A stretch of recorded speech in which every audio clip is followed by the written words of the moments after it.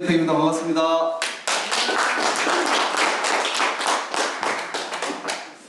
우리 강의하기 전에 제가 활동하고 있는 단체 소개 영상을 잠깐 틀어드리고 강의 들어가도록 하겠습니다. 인사드리겠습니다. 반갑습니다. 저는 방금 여러분들이 보신 이 영상의 그 활동을 주도하고 있는 통일을 실천하는 사람들의 공동 상임의장 맡고 있는 서인택입니다.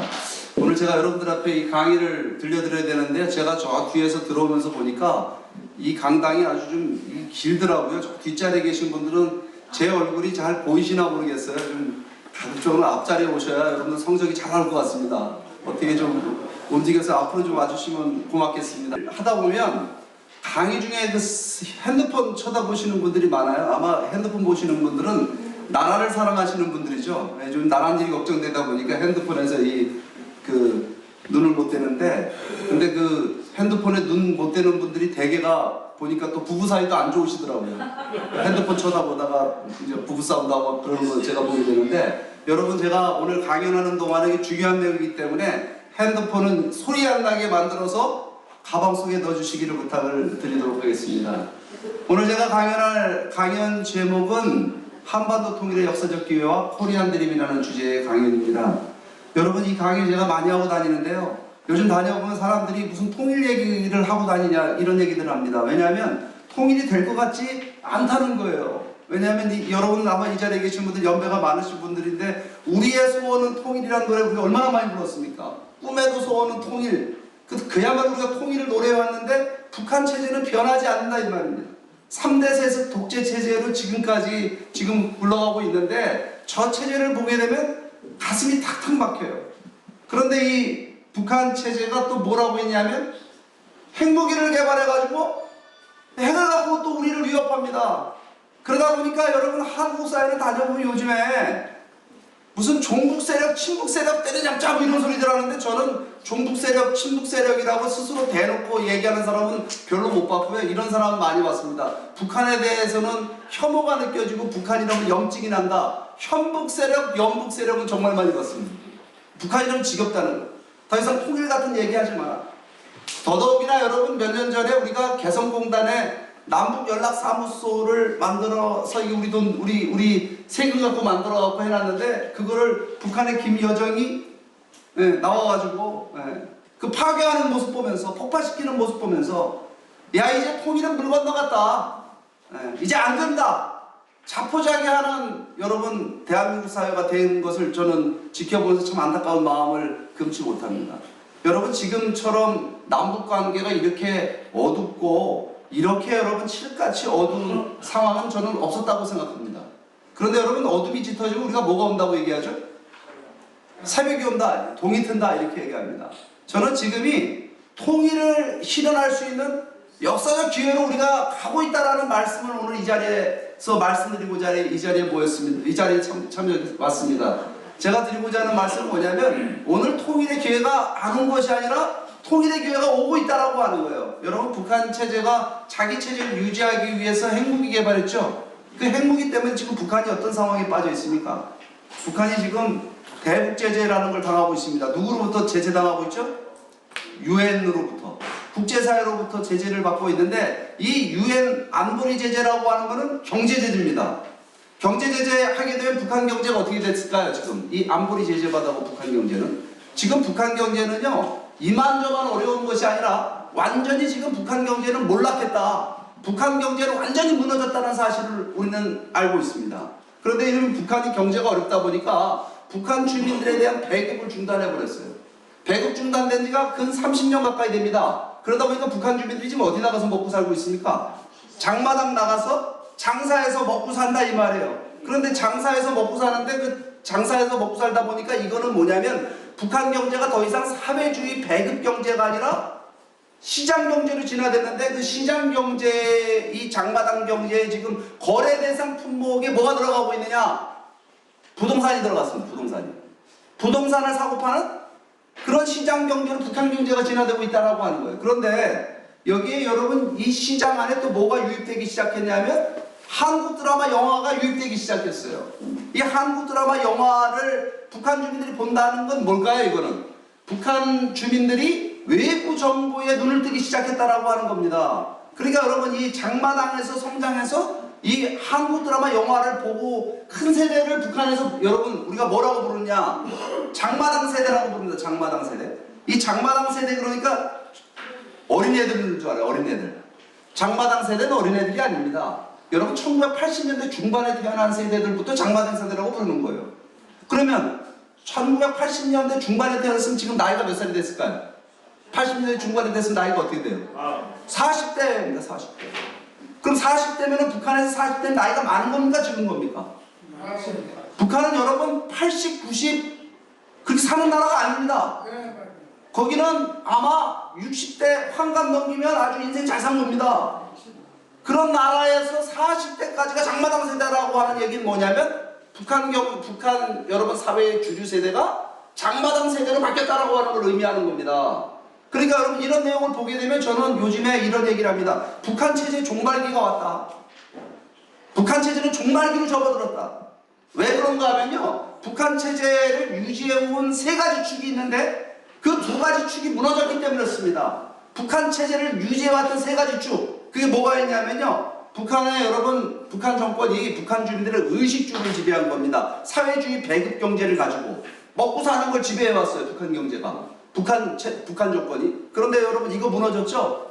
사회주의 배급 체제 무너지고 장마당 경제로 바뀌었다라고 하는 겁니다. 더 이상 북한 정권이 의식주를 가지고 먹고 사는 문제를 가지고 북한 주민들을 지배하지 못했다라고 하는 거예요. 그 다음 또 뭐가 무너졌냐면요, 여기에 한류가 들어감으로 인해 갖고 북한 정권이 북한 체제를 유지해온 사상 통제가 무너지기 시작했다라고 하는 겁니다. 그래서 이 두 가지 축이 무너졌어요. 그럼 나머지 한 가지 축이 뭐가 있을까요? 공포정치입니다. 공포정치. 공포정치를 뭘 갖고 공포정치라고 말합니까? 공개 처형하는 거. 여러분 대한민국에 공개 처형이 있어요, 없어요? 공개 처형 없죠? 공개 처형하는 모습을 보고 나면요, 우리 탈북자들 얘기가 밥을 먹을 수가 없고 잠을 잘 수가 없답니다. 공개 처형되는 그 장면 가서 보면요, 그 피가 튀고 그 살이 떨어져 나가는 거 보면요, 잠을 잘 수가 없다는 겁니다. 그런 공포정치. 그 다음에 무슨 뭐 강제 수용소 집단 농장 만들어 놓고 거기다가 사람 보내는 거. 여러분 북한이 이런 식으로 다 공포정치를 하면서 북한 체제가 유지되고 있는 겁니다.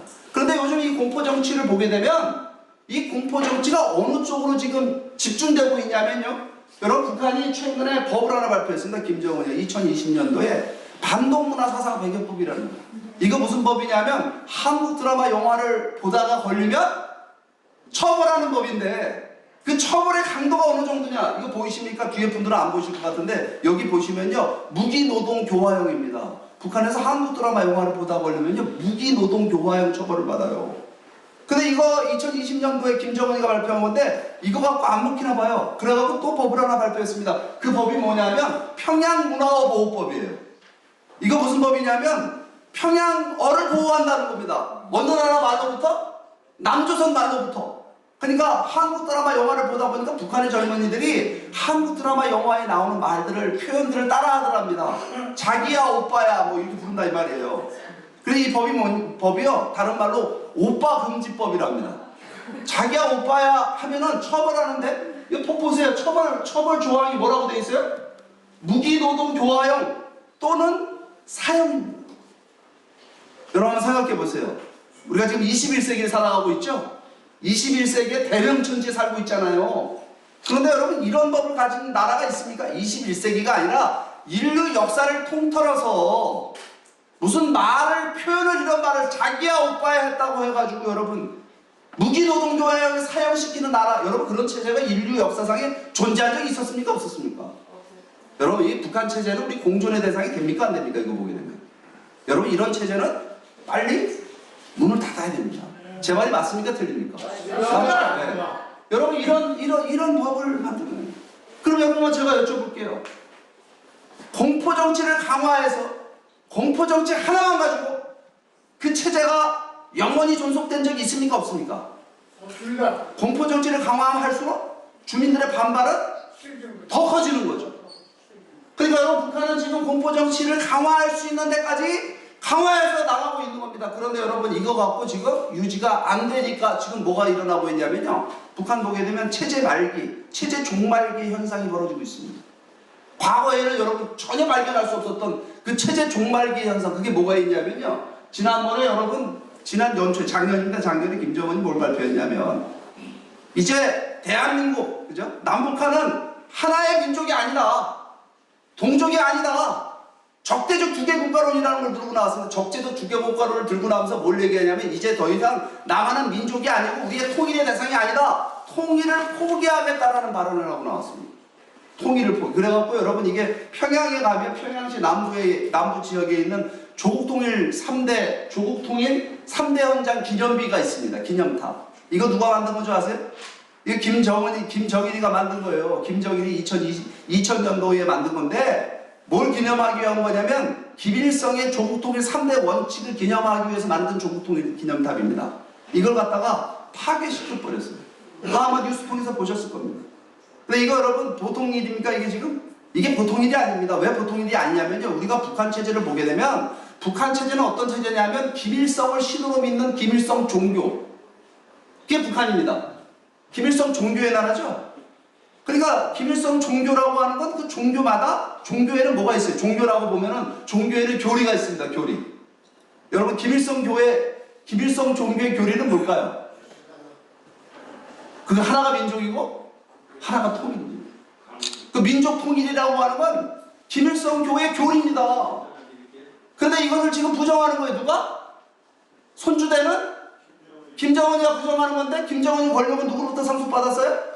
자기 아버지 김정일, 자기 할아버지 김일성으로부터 상속받은 권력입니다. 그럼 그 권력이 상속받은 권력이라고 한다면 김정은은 뭘 지켜야지 자기의 권력 유지가 됩니까? 그 김정은의 권력의 정당성은 누구로부터 오는 겁니까?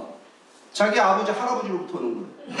그러니까 그 자기 아버지 할아버지의 그 유언을 지켜야 되는 겁니다. 그걸 지키지 않으면 김정은의 권력 기반도 권력의 정당성도 사라지게 되는 거예요. 그러니까 김정은이가 작년 연초에 이거를 떡하니 그냥 발표해놓고 이걸 뭐 헌법에서도 지우고 모든 강령에서 다 지운다고 그러는데 그렇게 지우는 게 쉬워 보이지 않아 보입니다. 쉽지 않아 보여요. 반발 때문에. 북한이라는 나라가 왜 존재하냐? 왜? 민족 통일이란 개념을 지워버리면 그걸 포기하게 되면 북한이라는 나라가 왜 존재해야 되느냐는 강력한 여러분 이 실존적 질문에 북한도 부딪히는 겁니다. 근데 이거 왜 이렇게 되겠습니까? 북한 체제가요 남한과의 경쟁에서 완전히 패배했다라고 해요. 이제 통일을 얘기하게 되면 그 통일은 북한이 주도하는 통일이 아니라 남한이 주도하는 통일이 될 거기 때문에 북한의 김정은으로서 어쩔 수 없이 지금 통일을 포기한다라고 하는 북한의 자기 부정적인 지금 표현을 하고 지금 나온 겁니다. 그런데 여러분 이 북한의 김정은이 또 무슨 사고를 쳤냐면 이렇게 해놓고 작년에 사고 많이 쳤어요. 우크라이나에 파병했습니다. 몇 명 파병했습니까? 12,000명 파병했다고 외신에 나왔습니다. 12,000명. 폭풍공단이라고 갔잖아요. 그죠? 근데 여러분 이게 보통 일이에요 지금 이게? 왜냐하면 이거 보낼 때 여러분 뉴스 다 보셨겠지만 환송직도 안 하고 부모들한테 알리지도 않고 다 보내놨는데 지금 우크라이나 쿠르스크 지역, 러시아 쿠르스크 지역이죠. 우크라이나 전쟁에 보내놨는데 여러분 그 특수부대라고 간다고 해갖고 살아남을 확률이 있을까요? 없을까요? 벌써 4,000명의 사상자 나왔답니다. 북한 군대는 여러분 더 이상 전투를 할 수 없는 전투불능 지경까지 갔다는 겁니다. 여기 군대 생활 해보신 분들은 아시잖아요. 군인이라고 하는 군대라는 건요. 유닛으로 만들어져 있어요. 몇 명 죽었으면 있잖아요. 사람 죽으면요. 군인들 죽으면 그 병력 보충하지 않으면 그 군대는 전투력을 상실하게 돼 있습니다. 맞습니까? 틀립니까? 맞습니다. 그러니까 지금 북한 군대가 12,000명이나 가가지고 죽어나가는데 여러분 이건 어떤 문제를 일으킬 것 같습니까? 이게요, 북한 내부에서도 엄청난 반발이 일어날 겁니다. 여러분, 자기 자식이 죽어서 돌아왔는데 눈이 뒤집히지 않은 부모가 있을까요, 없을까요? 북한이라는 나라는 뭐 부모들이 그런 마음 안 갖고 있을 것 같아요? 그 어머니, 아버지가 20살짜리 어린애가 가가지고서 어디 갔는지도 모르고 목숨을 잃고 돌아왔는데, 시신으로 돌아왔을 때, 시신도 못 건졌을 때, 여러분 그 부모들이 눈 뒤집히지 않겠어요? 근데 여러분 이게 지금 뭐 20대 청춘 젊은 애들만 죽는 거예요? 장교들도 죽고 장군들도 죽고 죽는 겁니다. 요즘 현대전이 보니까 요즘 전부 뭐 드론이니 뭐니 해갖고 지휘부부터 막살내더라고요. 장군들부터 먼저 죽더라고요. 우크라이나 전쟁도 그렇고 이스라엘 하마스 전쟁도 보니까 장군들부터 먼저 죽여요. 그러니까 북한이라는 나라가 군부가 떠받쳐서 유지되는 나라인데 이 우크라이나 전투에 지금 12,000명 보내놓고 앞으로 더 추가 파병하고 막 이런 일들이 벌어지게 되면요, 북한 군부의 반발도 여러분 이게 예정된 겁니다. 전부 이게 지금. 근데 이거 하게 되니까 여러분 무슨 일이 또 벌어졌어요? 여러분 북한이 중국에 붙어먹던 나라입니까? 러시아에 붙어먹던 나라입니까? 중국에 붙어먹던 나라죠. 중국에 95% 이상 무역하는 건 중국하고 하는 겁니다. 북한 무역 전체의 90% 이상 넘어요. 근데 지금 중국이 열받아 버렸어요. 중국이 열받아 버렸습니다.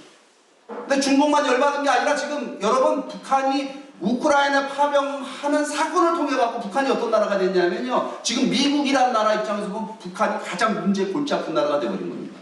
여러분 북한이 경제가 어렵다 보니까 이제 팔아먹을 게 무기밖에 없는 겁니다. 군대밖에 없는 거예요. 핵무기 팔아먹으면 어떻게 될까? 핵무기. 북한이 갖고 있는 게 굉장히 비싼 무기가 있어요. 핵무기. 전 세계의 그 실패 국가들, 이란, 시리아 지금 무너졌지만 수많은 이 미국하고 맞서겠다라고 하는 그런 여러분 테러를 지원하는 국가들한테 북한이 핵무기 팔아먹으면 어떻게 되죠? 근데 지금 가만 보니까 김정은이가 핵무기도 팔아먹고 남을 것 같아 보이는 지금 일들을 지금 저지르고 있는 겁니다. 그래서 이거 보게 되면 지금 북한의 이런 현상은 여러분 과거 김정일 시대나 김일성 시대에 하지 않던 실수를 김정은이 하고 있는 겁니다. 그 얘기는 왜 그렇게 되냐면 김정은이 궁지에 몰려있기 때문에 이런 일을 벌이고 있는 겁니다.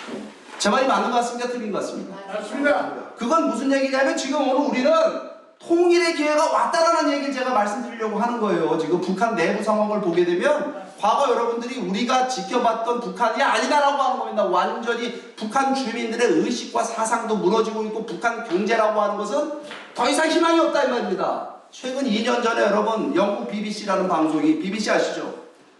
북한에 있는 주민들 세 사람을 비밀 인터뷰했는데 여러분 북한 주민들의 답변이 뭔지 아세요? 질문을 하니까 BBC에서 북한 어떠냐 질문하니까 차라리 전쟁이 나면 좋겠다는 답변을 했습니다. 전쟁이 났으면 좋겠다는 얘기는 뭐예요? 이래도 죽고 저래도 죽는다 이 말입니다. 전쟁이라도 죽고 이래도 어차피 가다 보면 죽으니까 차라리 전쟁이 나가지고 세상이 확 뒤집혀가지고 살려면 살고 죽으면 죽을 거 아니냐. 그 정도로 여러분 북한은 희망이 없는 상황이 되어버렸습니다. 여러분 북한의 김정은에게는 어떤 수단도 남아있지 않습니다. 북한 경제를 살릴 수 있고 북한 주민들에게 희망을 가져다 줄 수 있는 어떤 도구도 어떤 무기도 김정은에게 수단도 없다는 사실입니다. 이게 지금 북한 정권이 종말기로 가고 있다는 걸 의미하는 겁니다. 그런데 여러분 주변 국가들 한번 보세요. 지금 북한을 도와주던 나라들 지금 상황은 어떻습니까? 여러분 아시다시피 우리가 한미일 북중러 그러잖아요. 북한을 도와주는 나라 어느 나라예요?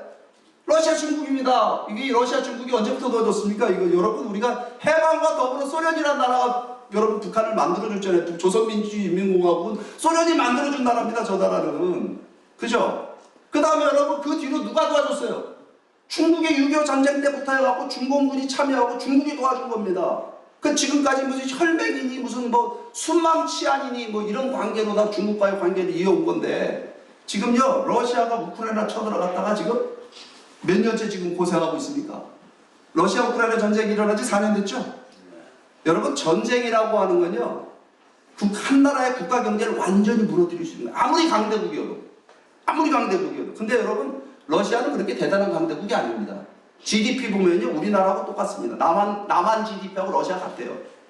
근데 그 나라가 4년째 가갖고 어마어마하게 전비를 쓰고 러시아 군인들이 죽어. 러시아 경제는 완전히 무너지고 있습니다. 왜 그러냐면 국제사회로부터 러시아가 제재당하고 있기 때문에 그렇습니다. 경제 제재당하고 있어요. 그 경제 제재 강도가 얼마나 강하냐면요 북한에 대한 경제 제재 강도로다가 하고 있는 겁니다. 근데 다행히 러시아라는 나라가 에너지도 있고 뭐 식량도 있고 하니까 좀 버티는 거지 러시아 경제는 지금 완전히 이렇게 하고 있습니다. 근데 러시아가 우크라이나에 쳐들어가는 바람에 피본 나라가 어느 나라인 줄 아세요? 중국이 또 피를 봤습니다. 그것 때문에. 이 보니까 전체주의 국가가 침략전쟁을 일으키더라 이 말이에요. 냉전 시대가 끝나고 러시아는 더 이상 서방 세계의 위협이 안 될 거라고 생각하고 유럽 국가들이 나토니 뭐니 하는 그런 거 있잖아요. 다 그냥 다 무력화 시켜버렸습니다. 자기들 스스로. 그냥 미국에다가 안보 의지하고. 근데 보니까 전체주의 국가는 침략전쟁을 일으키는구나 알게 된 거예요.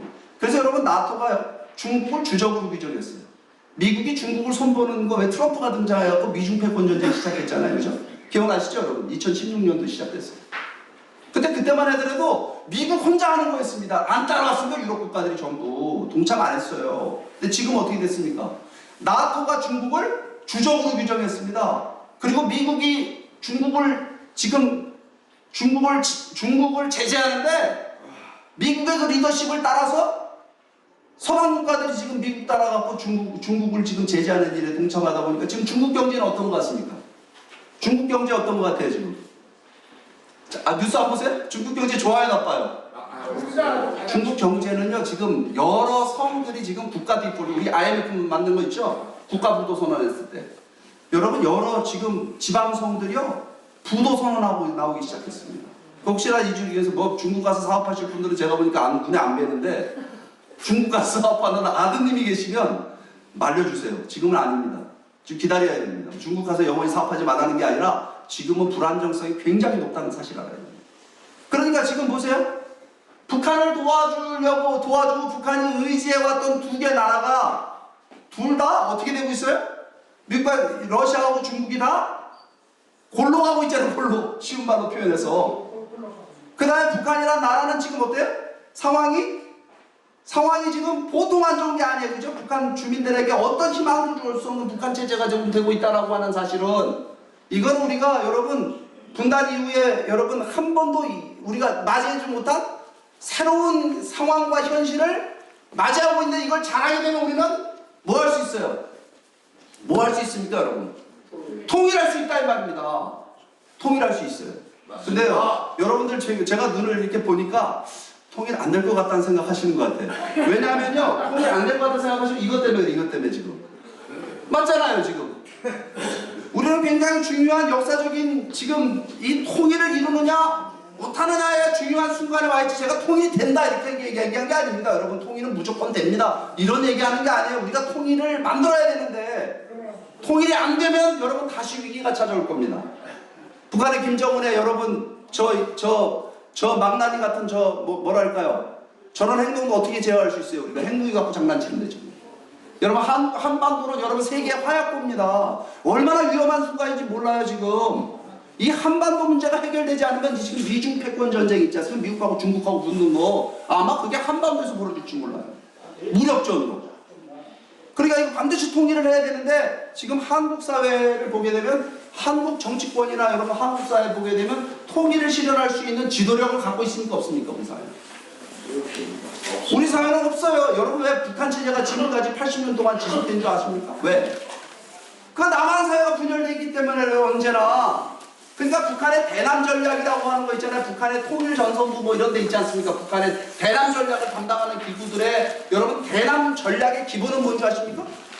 그거는요 남한 사회 분열을 책동하는 거예요. 맞습니까? 틀립니까? 남한 사회 분열을 책동하는 거예요. 민노초에다 간첩들 심고 맞잖아요. 간첩들 다 잡히고 있잖아요. 지금 보게 되면. 그렇게 여러분 남한 사회를 이관계를 써서 분열시켜 놓게 되면 그 기회를 활용해서 북한 체제는 어떻게 되죠? 계속 유지돼 갈 수가 있는 겁니다. 그러니까 지금 보게 되면 우리가 통일을 어떻게 실현할 것이냐라고 하는 것을 보게 되면 앞이 캄캄합니다. 왜 앞이 캄캄하죠? 한국 사회가 지금 분열돼 있으니까. 분열돼 있으니까. 우리가 분열돼 있는데 어떻게 북한하고 통일합니까? 통일이라는 게 우리부터 하나 돼 있어야 통일하는 거지. 제 말이 맞습니까? 틀립니까? 맞으면 만두 같은 박수 한번 쳐주세요.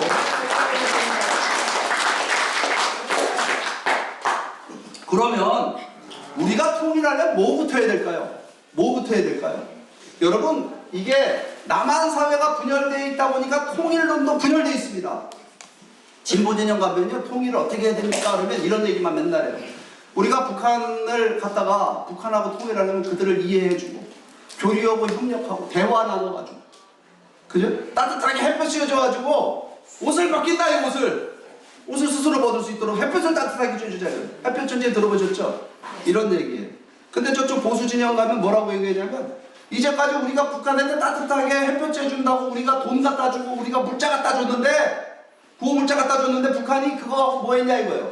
우리가 갖다 준 돈 가지고 자기 체제를 유지하는 데 활용하고 또 뭐 했어요? 핵무기 개발하는 데 써먹고 그러니까 우리가 갖다 준 건 뭐냐면 전부 우리가 북한에 퍼주기 하고 북한의 이용만 나간 거 아니냐.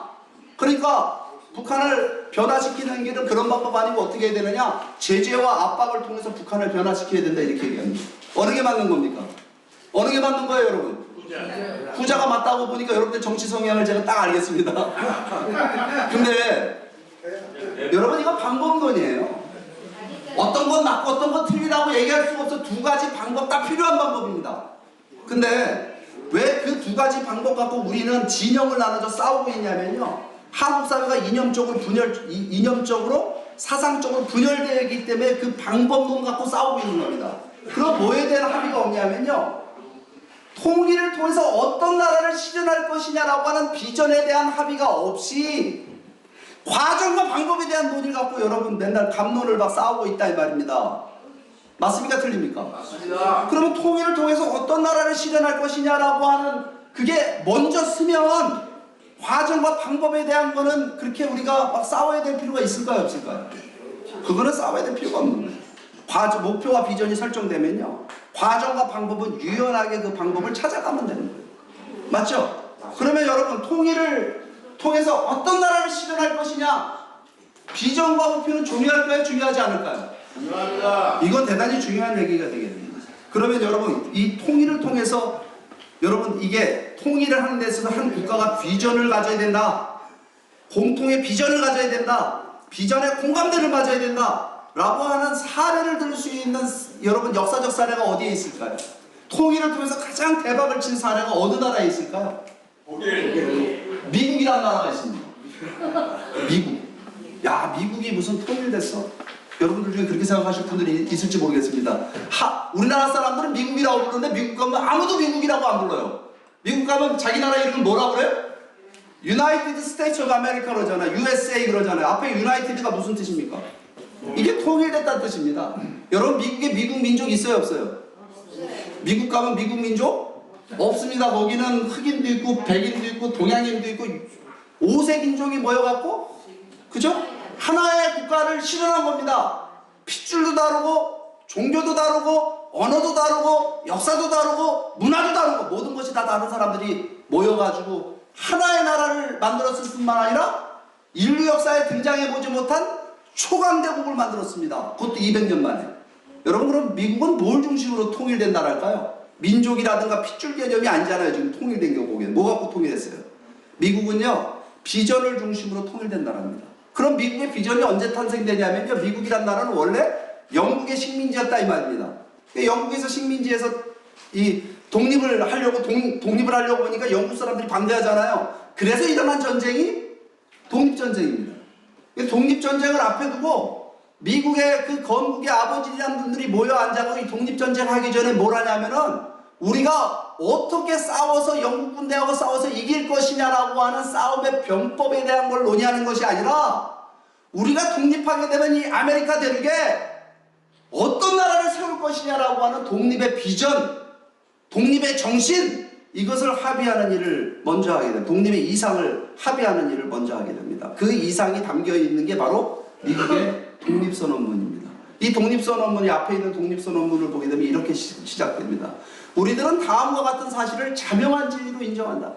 그 자명한 진리란 뭐냐면 모든 인간은 평등하게 창조되었고 조물주는 양도할 수 없는 일정한 권리를 모든 인간들에게 부여했는데 그 일정한 권리란 뭐냐면 생명권과 자유권과 행복청구권이다. 이와 같이 천부적인 이 하나님에 의해서 부여된 창조주로부터 부여된 이 천부적인 자유와 인권을 보장하기 위해서 인간들에 의해서 정부가 구성되게 되는데 만약에 그 정부가 개인의 존엄한 자유와 인권을 보장하지 않고 그거 해치게 되면 그 정부를 타도하고 해체하고 새로운 정부를 수립할 수 있는 권리가 아니고 책임이 우리 시민들에게 있다 이렇게 얘기합니다.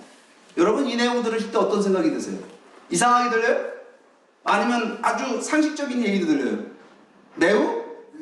매우 상식적인 얘기도 들리죠? 왜 그럴까요? 왜?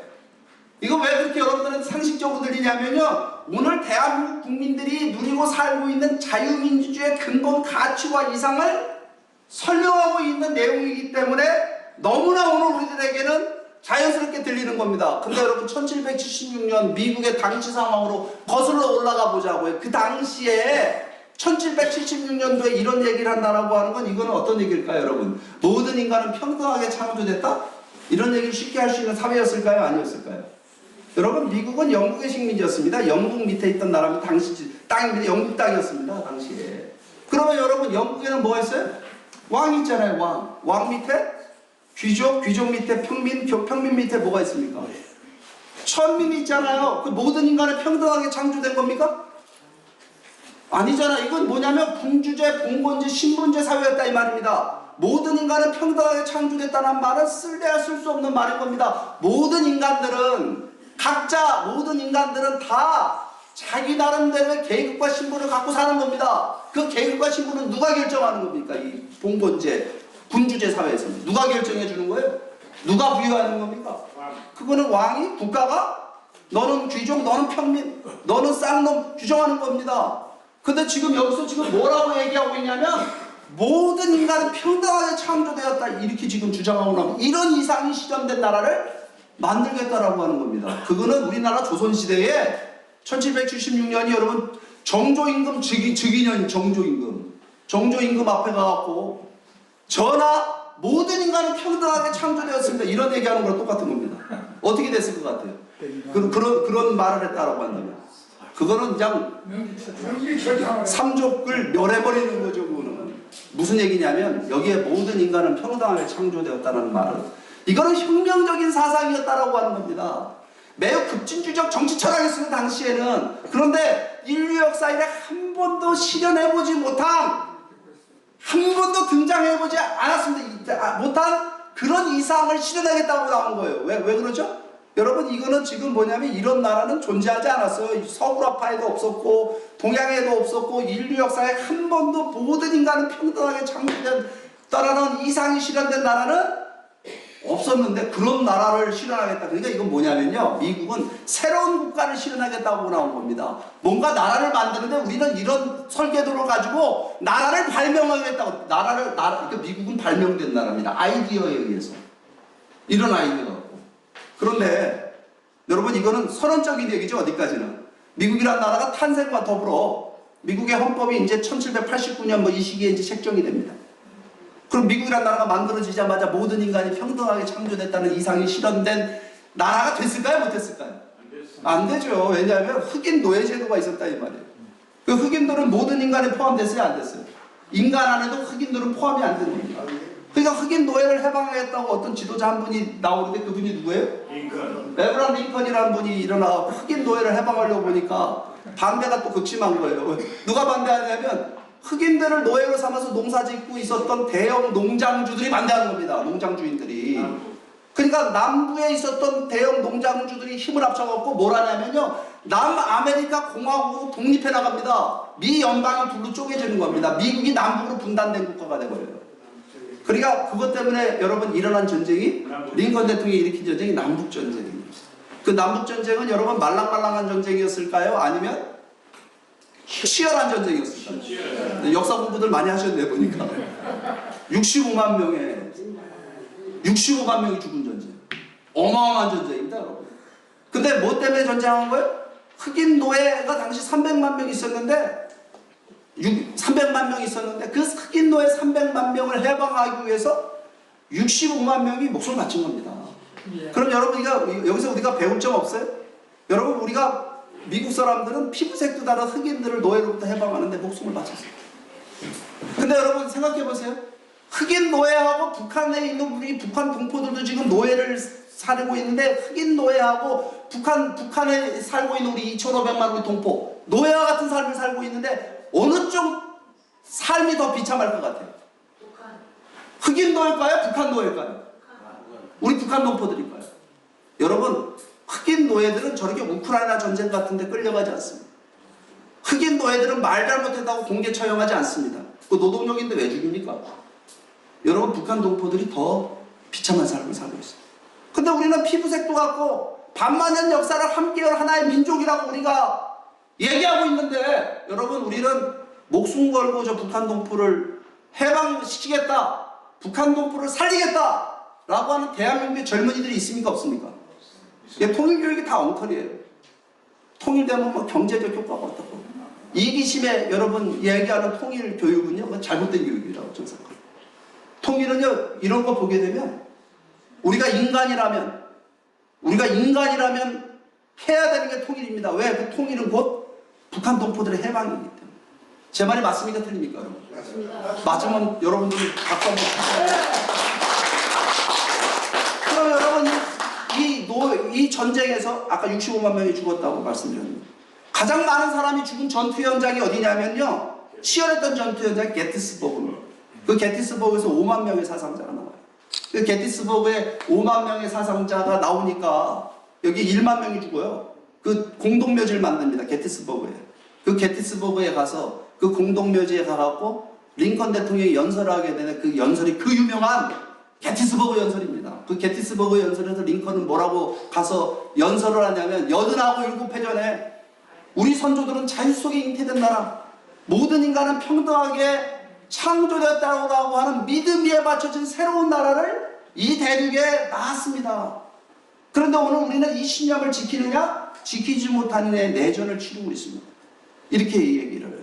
그리고 뭐라고 얘기하냐면 이 신념을 지키기 위해서 목숨 바친 이들을 위해서 이 땅을 이들의 무덤으로 봉헌하기 위해서 이 자리에 모였는데 오늘 우리들의 살아있는 우리들에게는 아무런 힘이 없답니다. 이 땅을 이들에게 봉헌하거나 이들의 죽음을 영화롭게 할 수 있는 아무런 능력도 없다 이겁니다. 그럼 살아있는 오늘 우리들이 해야 될 일은 뭐냐? 신의 가호 아래 새로운 자유를 탄생시키며 국민을 위한 국민의 정부가 영원히 지구상에서 사라지지 않게 하는 것이 살아남은 오늘 우리들의 책무다 이렇게 얘기합니다.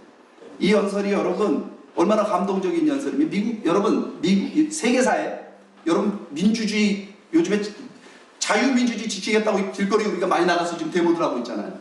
근데 보면요 여러분 자유민주주의에 제일 중요한 두 가지 문서가 있습니다.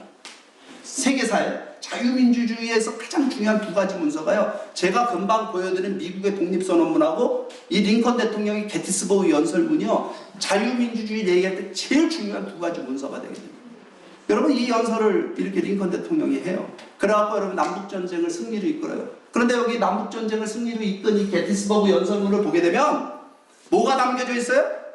미국의 건국의 이상인 모든 인간은 평등하게 창조되었다라고 하는 내용이 이 안에 담겨져 있는 겁니다. 이 정신을 지키기 위해서 피 흘리는 전쟁도 링컨 대통령은 불사한 겁니다. 근데 만약에 링컨 대통령이 이 정신 이거 지킬 거 없이 그냥 대통령 자리에나 연연하고 그렇잖아요. 정치적 리스크가 있어요 없어요? 내가 노예 해방이라고 하는 건 정치적으로 엄청나게 위험한 행동입니다. 왜? 미국이 둘로 쪼개지는 행동입니다. 이건 잘못하면 미 연방이 깨질 수 있는 위험천만한 일인데 링컨 대통령은 당시에 그 위험천만한 노예 해방을 하는 노예 해방을 하겠다고 나선 거예요. 그 다음 또 얼마나 대단해요. 링컨 대통령이 남북전쟁을 하는 거 남부가 떨어져나 우리는 노예제도 지키고 살고 북부 니네만 노예 해방하라 그러니까 링컨 대통령이 뭐 했어요? 전쟁을 선전포고를 하고 전쟁을 하는 겁니다. 근데 만약에 링컨 대통령이 겁쟁이라서 노예 해방도 안 하고 남북전쟁도 안 해갖고 미국이 둘로 쪼개갖고 미국이 남북으로 분단된 국가가 됐으면 오늘의 미국이 있을까요 없을까요? 오늘의 자유세계의 중심국가가 된 미국은 있을까요 없을까요? 없습니다. 그럼 한번 생각해 보자고요. 미국이 그 오늘의 자유세계 오늘의 미국이 없다라고 한다면 오늘의 대한민국은 있을까요 없을까요? 없습니다.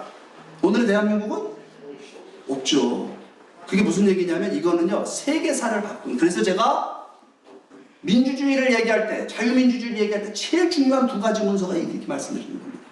그런데 흑인들을 노예로부터 해방을 시켰어요. 링컨 대통령의 이 피눈물 나는 노력을 통해서. 그런데 여러분 흑인들을 차별하는 법과 제도가 그대로 있는 겁니다. 미국 안에 어떤 법이 있었냐면 공식적으로 법에 의해서 흑인들을 차별하는 법입니다. 흑인들 가는 학교 따로 있고 백인들 아이들 가는 학교 따로 있고 흑인들 가는 식당 따로 백인들 가는 식당 따로 있어. 흑인 가는 화장실 백인 가는 화장실 버스에 흑인 버스를 타면 흑인들은 뒷자리에 앉고 백인들은 앞자리에 앉고. 언제까지 미국이 이렇게 산주하십니까? 먼 과거 얘기 같아요? 1960년대까지 그러고 삽니다. 그래서 이 흑백 차별 제도를 없애자라고 해서 들고 나온 분이 누구냐면 그 유명한 마틴 루터 킹 목사입니다. 이 마틴 루터 킹 목사가 흑인 민권 운동을 벌립니다. 근데 이 흑인 민권 운동, 마틴 루터 킹 목사의 흑인 민권 운동의 하이라이트는 1963년도에 링컨 기념관 앞에서 했던 연설이 있습니다. 그 연설이 뭐냐? 이 앞에 있는 나에게는 꿈이 있습니다. I have a dream이라고 하는, 나에게는 꿈이 있습니다. 언젠가는 이 나라가 일어나 모든 인간은 평등하게 창조되었다라는 사실을 자명한 진리로 여기고 살아낼 것이라는 꿈이 나에게는 있습니다라는 이 연설을 통해 왔고요. 미국 국민들을 각성시킵니다. 미국 사람들의 양심에 자극을 주고 그들의 영혼을 흔들어가지고 미국 안에서 여러분 흑백을 차별하는, 유색인종을 차별하는 모든 법과 제도가 사라지게 되는 계기를 만든 게 여러분 1960년대입니다. 그게 여러분 이것 때문에 한국 사람들이 LA로 뭐 미국으로 이민 가서 우리가 무슨 코리안들이 미국 가고 아메리칸 드림을 실현한다 이 얘기가 나오게 된 겁니다. 이런 분들 때문에. 그런데 여러분 이게 미국 이거를 지금 여기 보시면은 모든 인간은 평등하게 창조됐단 말을 마틴 루터 킹 목사도 얘기하고 있죠. 이게 바로 뭐냐? 모든 인간은 평등하게 창조됐다라는 믿음이 실현된 나라를 만든다. 이거를 미국 사람들은 아메리칸 드림이라고 얘기하는 거예요. 미국의 그 독립의 이상이 실현되는 꿈. 그걸 아메리칸 드림이라고 얘기하는 겁니다. 근데 한국 사람들은 아메리칸 드림을 잘못 알고 있죠. 그죠? 미국 이민 가갖고서 2층 집에 뭐죠? 수영장 딸린 차에 자동차 2대 굴리고 그죠? 자수성 가해가고 그렇게 생각하고 이민자들이 꾸리는 거 아메리칸 드림이라고 생각하는데 그것도 맞는 말이긴 해요. 왜냐하면 미국이란 나라가 어떻게 해서 이민자들이 몰려가갖고 이민자들이 자기의 꿈을 이룰 수 있는 그런 나라가 되었는가? 전 세계 유일합니다. 이민자들이 가갖고 자기 꿈 실현할 수 있는 나라. 그거 왜 그러냐면요, 모든 인간은 평등하게 창조되었다라고 하는 그런 이상을 실현해놨기 때문에 그런 겁니다. 그러니까 모든 인간은 평등하게 창조되었다라는 그 이상을 미국 사람들이 정치 이념에 적용시켜서 새로운 정치 시스템을 만들어냅니다. 그게 여러분 뭘까요?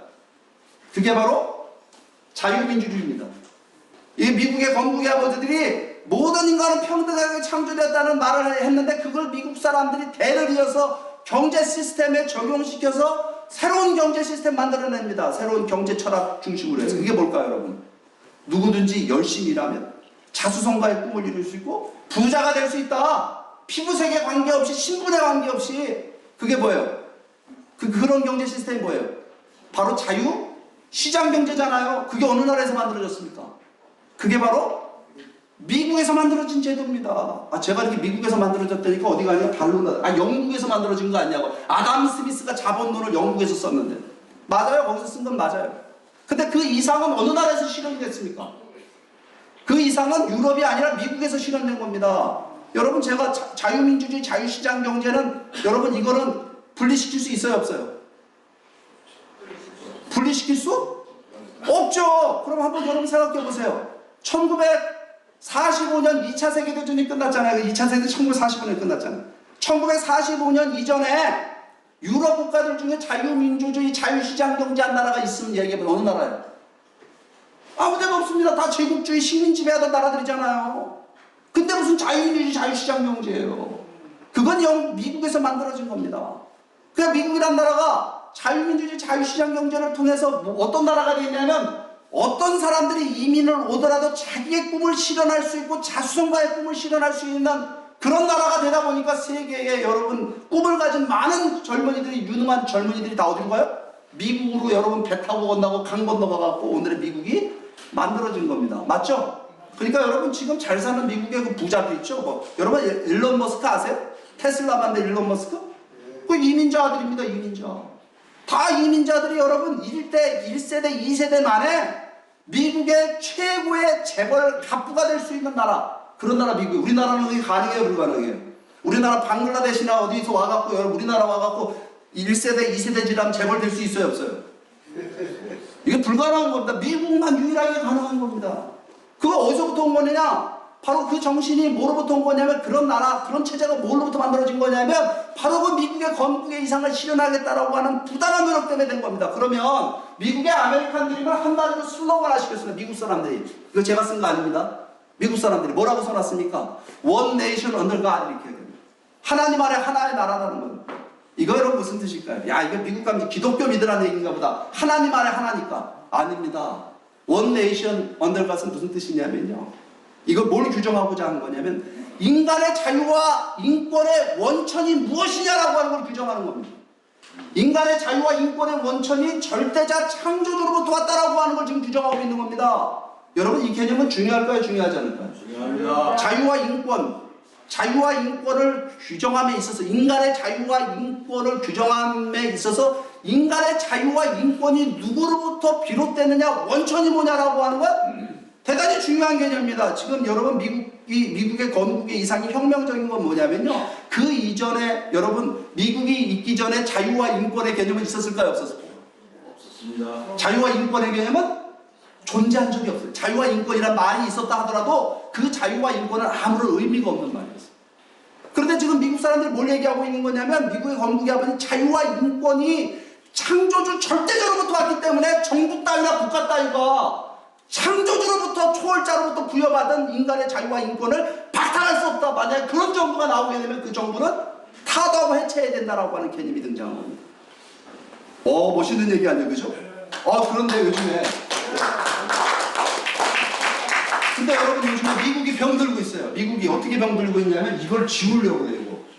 원 네이션 언더 가 데모크라시 민주주의 하면 이 나라는 좋은 나라가 될 거야. 민주주의 얘기합니다. 여러분 민주주의는 시스템이죠. 맞죠? 민주주의는 시스템입니다. 민주주의는요 부서지기 쉬워요? 나빠요? 좋아요? 부서지기 굉장히 쉬운 겁니다. 모든 민주주의는 이제까지 다 자살했습니다. 다 자살했어요. 자살. 우리나라도 지금 민주주의 자살하고 있잖아요. 여러분 원네이션 언더갓에 뭐냐면 이 민주주의가 사회를 아름답게 만드는 것이 아니라 그 나라가 어떤 도덕적이고 영적인 이상을 추구하느냐 그 이상을 추구하기 위해서 뭘 개발하는 거예요? 정치 시스템을 만들고 경제 시스템을 만드는 겁니다. 맞죠? 그 이상이 사라지면 민주주의는 작동할까요? 작동하지 않을까요? 작동할 수 없습니다. 민주주의는요 요즘 보게 되면 어떻게 변하냐면요 민주주의는 다수의 폭정이라는 걸 만드는 겁니다. 다수의 폭정. 그죠? 지금 대한민국 다수의 폭정하고 있잖아요. 민주당이 표 많으니까 그냥 의석 많다고 막 밀어붙이잖아요. 그게 다수의 폭정. 민주주의니까 됐습니까? 여러분 이 다수의 폭정을 막기 위해서 만든 게 법치제도입니다. 법치제도. 그죠? 법이라는 건 소수의 의견, 소수의 권리를 보장하는 거예요. 근데 다수의 법칙인 민주주의든 법치제도든 그거를 누가 운영해요?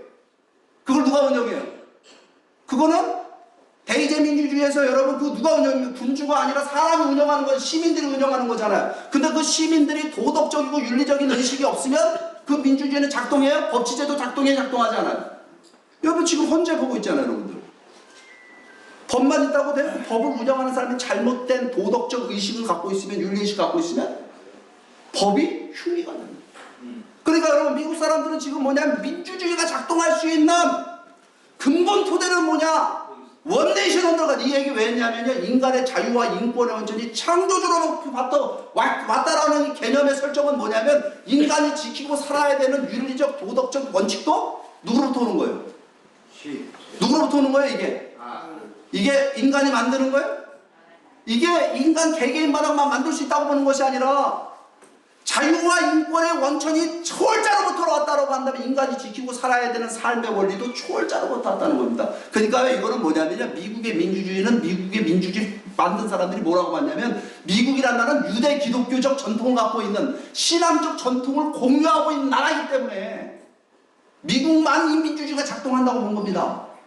근데 요즘에 여러분 그 되게 중요하죠. 왜? 시민들의 윤리의식, 도덕적 윤리의식은 매우 중요한데 그 도덕적 윤리의식은 종교적이고 신앙적이다고 본 겁니다. 그냥 지켜도 되고 안 지켜도 되는 게 아니라 그게 돼야만 민주주의 작동합니다. 그럼 여러분 미국에 오늘날 병드는 건 뭐냐면요 이거 지우려고 해요. 언더갓. 이거 지우면 누가 들어갈까 이 자리에? 원네이션 언더갓에 갓을 지우면 누가 들어갈 것 같아요? 북한에 누가 들어가 있어요? 김정은, 그죠? 김 패밀리가 들어가 있잖아요. 중국은 누가 들어가 있어요? CCP가 들어가 있는가 여러분? CCP 그러더만 Chinese Communist Party, 중국 공산당이 들어가 있잖아요. 인간의 자유와 인권은요 누구로부터 오는 거예요? 인간으로부터 오는 거 아니죠? 인간이 만든 제도나 인간이 만든 권력 기관이나 정부로부터 규정되는 게 아닙니다. 정부가 존재하는 이유는 창조주로부터 부여받은 인간의 존엄한 자유와 인권을 보장하기 위해서 정부가 존재하는 거예요. 그런데 요즘 오늘날 이게 지금 미국이 병들어가는 거 보게 되면 미국 웃기지도 않아요. 남자와 여자의 성이 생물학적으로 결정되는 거 아니랍니다. 이거 뭐예요 이거? 옛날 같으면 우리 할아버지들한테 부직갱이로 얻어맞을 얘기죠. 제가 남자예요 여자예요? 여자예요 제가? 큰일 날 소리 하시네. 처음 듣습니다 그런 얘기는. 그래서 저는 의심의 여지 없이 남자인데 내일 아침에 제가 여자가 될 수 있어요? 제가 어디 가서 수술 받은 여자가 돼요? 여러분 이게 미국이요 병들 대로 병들어 버렸어요. 남자와 여자의 성이 생물학. 그러니까 효가 어디 있어요? 짐승처럼 사는 사회가 되는 거예요. 그 뭘 부정했기 때문에 그런 줄 아십니까? 인간의 자유와 인권이 창조주로부터 왔다라고 하는 것을 인정할 때만이 뭐냐면 인간이 지키고 살아야하는 보편 원리와 가치가 있다라고 하는 것을 부정하기 때문에, 부정하는 결과가 되기 때문이었습니다. 그러니까 오늘날 미국은 지금 병들어가고 있는. 근데 오늘 제가 미국을 갔다가 이렇게 미국 역사를 갖고 이렇게 칭찬도 했다가 지금 미국에게 수절받기도 했다. 왜 이렇게 얘기를 할까요? 여러분 미국이라는 나라가 어쨌든 간에 세계사에 엄청난 변화를 일으킨 거예요. 왜? 모든 인간은 평등하게 창조됐다는 그 이상을 가지고 자유민주주의 자유시장경제라고 하는 여러분 현대 문명을 만들어낸 겁니다. 그죠? 미국이 성공의 선례를 만들게 되니까 세계 수많은 나라들이 모두 미국처럼 자유민주주의를 받아들이겠다라고 해갖고 자유민주주의 확산이라고 하는 거는 미국이 여러분 2차 세계대전 이후에 초강대국이 되면서 그때부터 벌어진 현상입니다. 그러니까 우리나라도 2차 세계대전이 해방되면서 여러분 우리 대한민국은 민주공화국이고 모든 권력은 국민으로부터 나온다. 이거 어느 나라에서 배워본 거예요? 미국. 중국 가서 배웠어요? 소련 가서 배웠어요? 어디 가서 배운 거예요? 미국에 누가 배운 거예요 이거?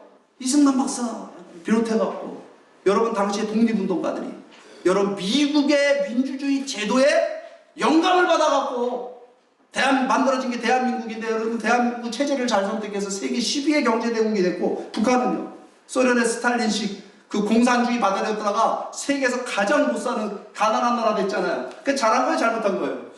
잘한 거잖아요 그죠? 그럼 박수 한번 칩시다 우리가. 그럼 잘한 거예요.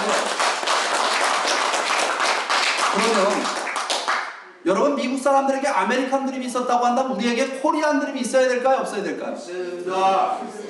통일하려면 미국도 통일하는데 아메리칸 드림이 있었는데 우리한테는 코리안 드림이 있어도 되고 없어도 됩니까? 그냥 통일만 하면 돼요? 우리는 역사가 같고 민족이 같고 언어가 같으니까 통일하면 돼요?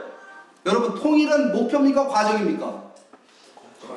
목표라고 얘기하시는 분들은 사상이 의심스러운 분들입니다. 왜죠? 통일 당장 할 수 있어요. 통일이 목표라고 하면 북한 같은 나라가 돼도 돼요? 통일돼서?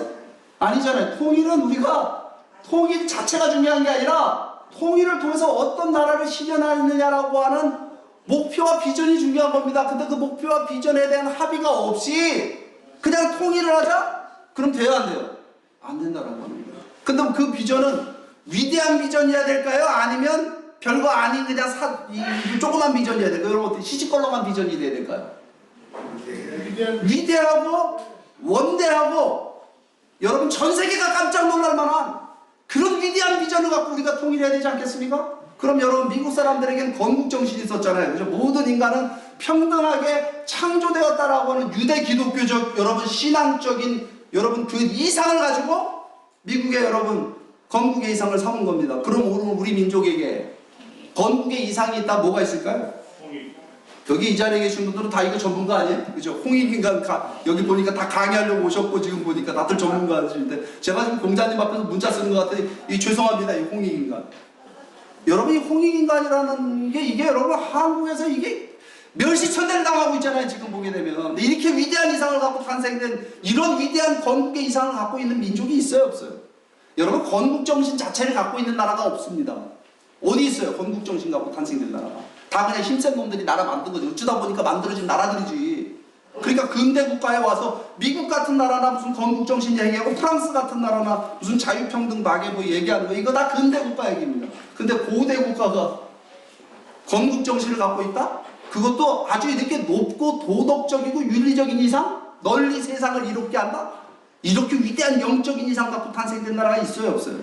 없다는 사실입니다. 그것만 해도 우리가 긍지와 자부심을 가져야 되는데 저는 이 홍익인간의 이상이라고 하는군요. 이 우리 당군 할아버지가 이렇게 얘기했다고 역사 고증하시는 분들이 많이 계신데 저는 그거보다 더 중요하게 보는 거는 이 홍익인간이 우리 민족의 DNA였다라고 하는 겁니다. 정체성. 그러니까 무슨 얘기냐면 한민족의 역사를 보게 되면 남다른 역사를 갖고 있다라고 하는 겁니다. 934번 침략당하고 한 번도 남의 나라를 쳐들어가 본 적이 없는 민족이다 얘기하잖아요. 근데 이건 얘기할 때 여러분 의구심이 생기지 않습니까? 저는 굉장히 의구심이 생겼어요. 뭐 광개토 당하면 안 쳐들어간 건가 지금 뭐 이런 생각도 해보고 말이에요. 그리고 또 역사 보다 보니까 야 이거 우리끼리 싸우다 남의 나라 쳐들어가는 시간이 없었던 거 아니냐 이런 생각도 하고 있었는데 근데 그 본질은 역사가들이 그 얘기라는 그게 본질이 아니다.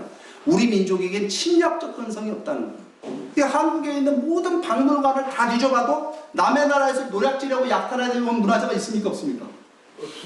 우리는 없어요. 근데 여러분 일본 박물관 가면 중국 박물관 가면 프랑스 루브르 박물관 가면 거기 가면 순전히 도굴해오고 도둑질해온 거 갖다가 약탈해온 문화재 갖다가 부끄러운 것도 모르고 그 전시해놓고 있잖아요.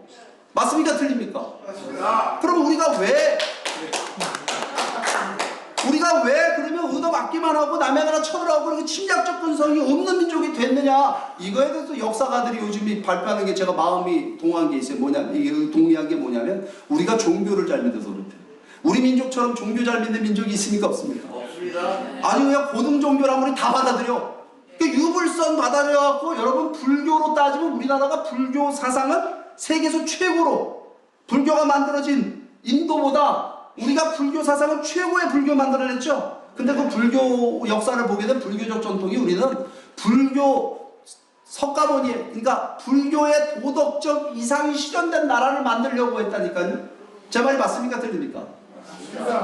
그러니까 부처님의 도덕적인 이상 그게 실현된 나라를 만들겠다고 통일신라 고려시대까지 노력하다가 그 다음에 뭐 했어요?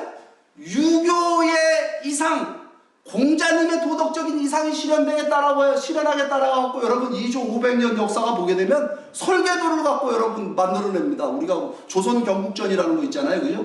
태조 임금 때부터 성종 임금 때까지 100년 동안 쓰잖아요. 이게 경국대전.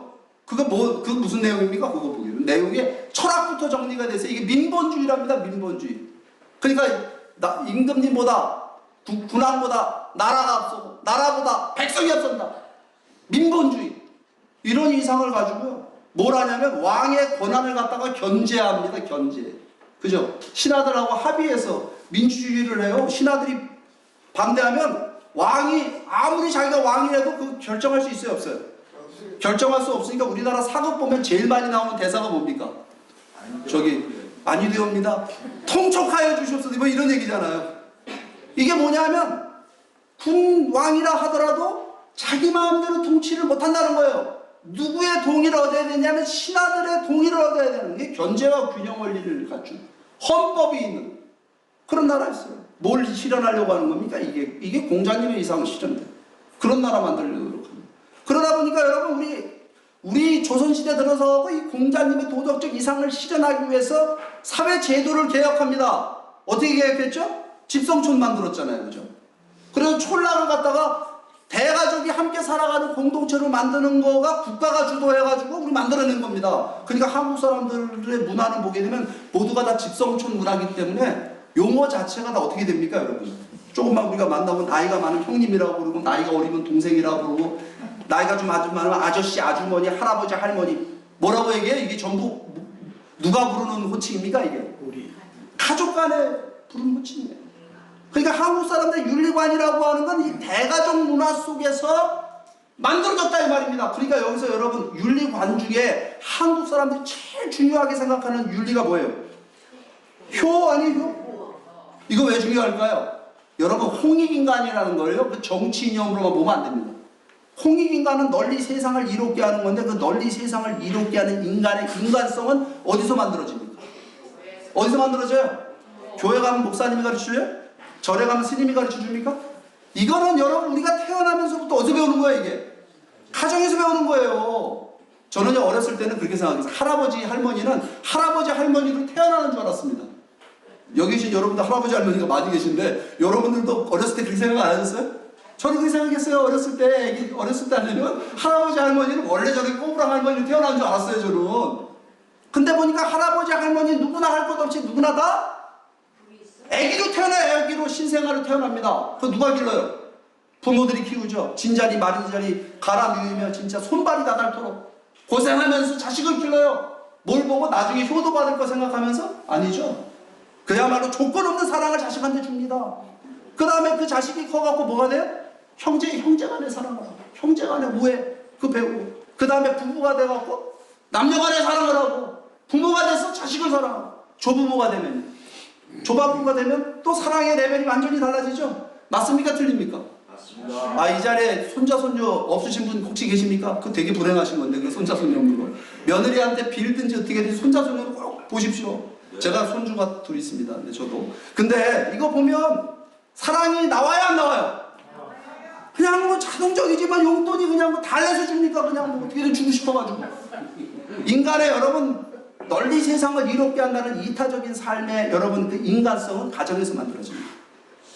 효라는 게 그러니까 얼마나 중요해요.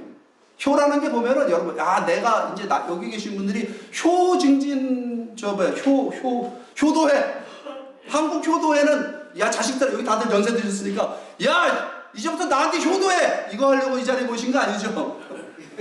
제가 알기로는 효라고 하는 거는 부모가 자식 앞에 그 부모를 공경하는 본된 모습을 보여서 그 자식들이 참된 인격자가 되게끔 하기 위해서 효를 행하는 거기 때문에 효는 자식의 도리일까요? 부모의 도리일까요? 저는 부모의 도리라고 생각합니다. 한국 사람들은 그 부모의 도리가 대단합니다. 자식을 위해서 모든 걸 희생하려고. 맞습니까? 틀립니까? 맞습니다. 그 대한민국이 어떻게 이렇게 잘 사는 나라가 됐어요? 불과 지금 우리 해방 이후에 그 가난하고 거지 같은 나라, 이게 미꾸라지가 용된 나라잖아요. 정치 잘해서 우리나라 정치는 늘 잘 못했던 것 같아. 내가 볼 때는 언제 우리가 정치 잘했다는 얘기를 하는 거예요? 지금 와서 지금보다 옛날이 낫다 얘기하는 거지. 한국이 여러분 이렇게 잘 사는 나라가 된 거냐? 한국 부모들의 뜨거운 교육열 때문에. 이 자리에 그래도 여러분 국회 도서관에 와서 앉아서 강의 듣는 여러분들이 이 자리에 온 것도 다 아마 여러분들의 부모님들이 소 팔고 논 팔고 대학 공부시키고 그래서 된 거 아니에요? 대학의 상아탑이 아니라 우리나라 우골탑이라고. 그래 오늘날 이렇게 만든 거잖아요. 그러니까 여러분 이 대가족 문화, 효사상, 정성 이런 것들이 한국인들의 이게 정체성입니다. 이게 DNA예요. 이 홍익인간이라는 이상이 바로 이 효사상을 중심으로 이 뿌리가 내린 겁니다. 전 세계 어디에도 유례가 없는. 여러분 가정 문화를 전 세계 다니면요, 가정 문화 중에 가장 아름다운 가정 문화가 한국의 가정 문화입니다.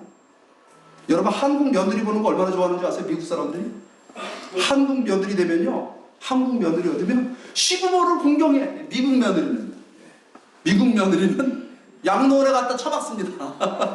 부모. 근데 시부모를 여러분 이게 한국의 문화. 그러니까 한인이 이런 정서들, 원수를 용서하는 사람, 이런 것들이 한국 민족의 DNA가 됐다니까. 홍익인간이라고 하는 것은 단군 할아버지가 그냥 얘기해놓고 우리가 역사책이나 뒤지면 나오는 그런 말이 아니라 한민족의 역사를 관통하고 있고 한국인의 독특한 문화를 만들었고 한국인의 특별한 성격을 만들었다라고 하는 겁니다. 제 말이 맞는 것 같아요? 틀린 것 같아요? 그러니까 이거는 거기에 정체성이다라고 하는 겁니다. 근데 제가 통일 문제에다가 왜 이게 중요한 문제냐면, 통일은요, 우리가 북한하고 우리가 같은 민족이니까 정체성이 같으니까 통일하려고 하는 겁니다. 맞아요? 틀려요? 이익이 돼서가 아니라. 그러면 정체성이 같다라고 하는 건 뭐예요? 뭐 생긴 게 같다? 조상이 같다? 이것만 갖고 얘기하면 안 되고, 우리 민족의 정체성이 뭐냐라고 하는 것을 우리가 어디서 발견해야 되냐면, 그거는 우리가 역사를 통해서 발견할 수밖에 없는 겁니다. 역사. 그 역사를 잊은 민족은 미래가 없다는 말은 지극히 맞는 말입니다. 왜? 역사 속에 우리의 정체성이 있기 때문에 우리가 우리의 정체성을 발견할 때만이 우리의 미래를, 우리의 운명을 결정할 수 있다라고 하는 겁니다. 우리의 미래 운명을. 그렇기 때문에 우리는 역사를 들여다보는 겁니다. 통일 문제를 중심으로. 그러면 지금 제가 이렇게 하는 이런 얘기를 하고 있는데, 이게 반만년 역사 이 얘기인데, 한국의 현대사, 근대사에는 이게 어떻게 연결됐을까요? 여러분 저하고 똑같은 생각하시는 분들이 있었어요. 3.1운동을 이끄신 분, 이 애국자들. 당시에 보게 되면 여러분 3.1운동이 있었죠. 이제 내일 모레가 3.1절이죠. 3.1운동이 106년 전에 3.1운동이 전개가 됐는데, 비폭력 저항운동이라고 하는 인류 역사에 찾아볼 수 없는 정말 고결한 방식의 저항운동을 펼쳤습니다. 세계 첫 번째입니다. 마하트마 간디가 우리 거 보고 따라했습니다. 근데 여러분 3.1운동이 비폭력 저항운동의 방식으로 벌어졌는데, 여러분 무슨 정신 때문에 우리 민족이 3.1운동을 비폭력 저항운동을 했을까요? 이 김이동 선언문 보세요. 여기 뭐라고 써 있습니까? 일본 놈들에 대한 미움과 증오, 식민지배대가 억울하다 뭐 이런 거 있어요 없어요?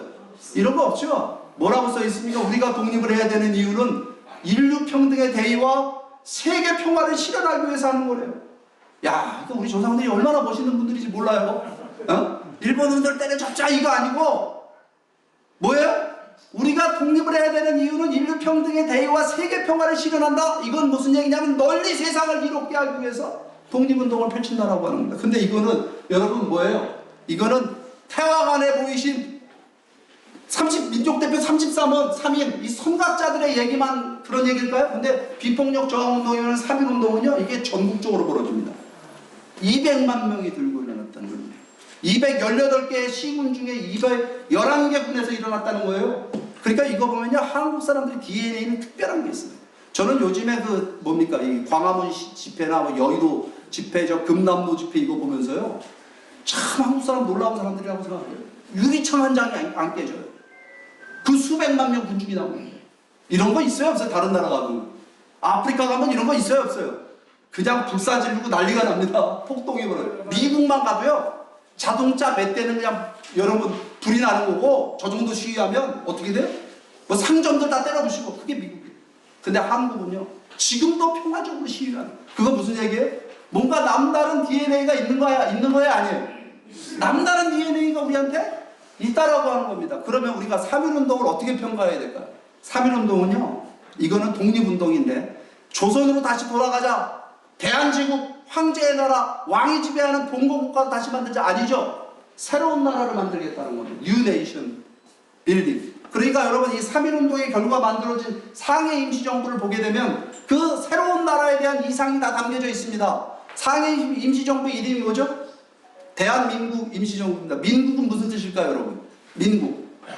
이거는 백성의 나라. 아닙니다. 백성의 나라는 땡이에요. 이건 뭐냐면 일부 맞는 말인데 민주공화국이라는 뜻입니다.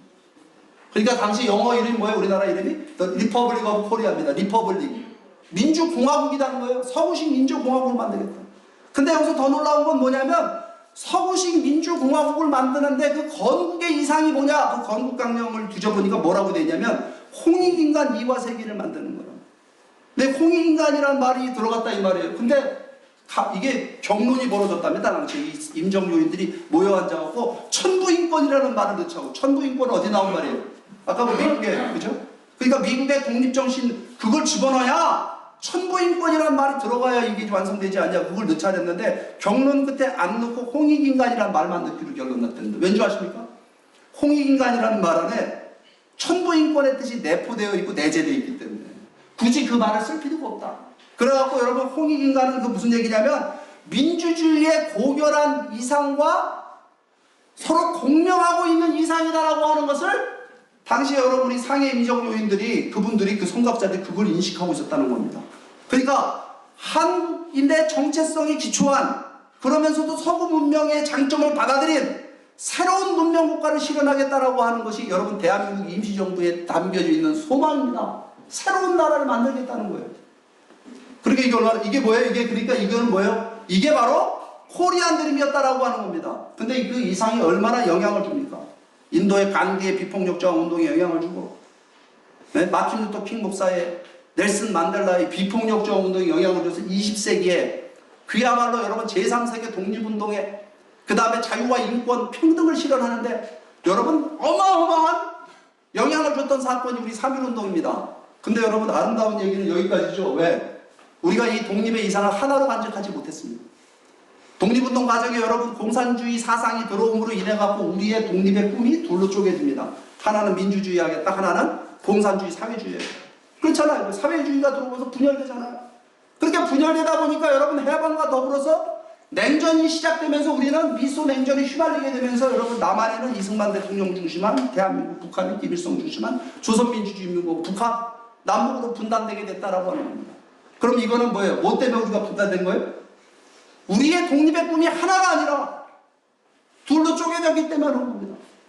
맞죠?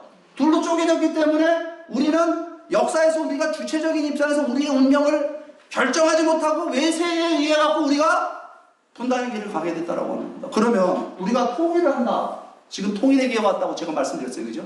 그럼 우리 뭐부터 해야 될까요? 지금 한국 사회는 게다가 분열돼 있어요. 뭐부터 해야 될까요? 우리는 그렇다면 우리는요 통일의 꿈이 뭐냐, 통일한 반도의 비전이 뭐냐, 어떤 통일된 국가를 실현할 것이냐라고 하는 코리안 드림에 대한 공감대를 만드는 일을 해야 됩니다. 그 공감대는 뭘까요?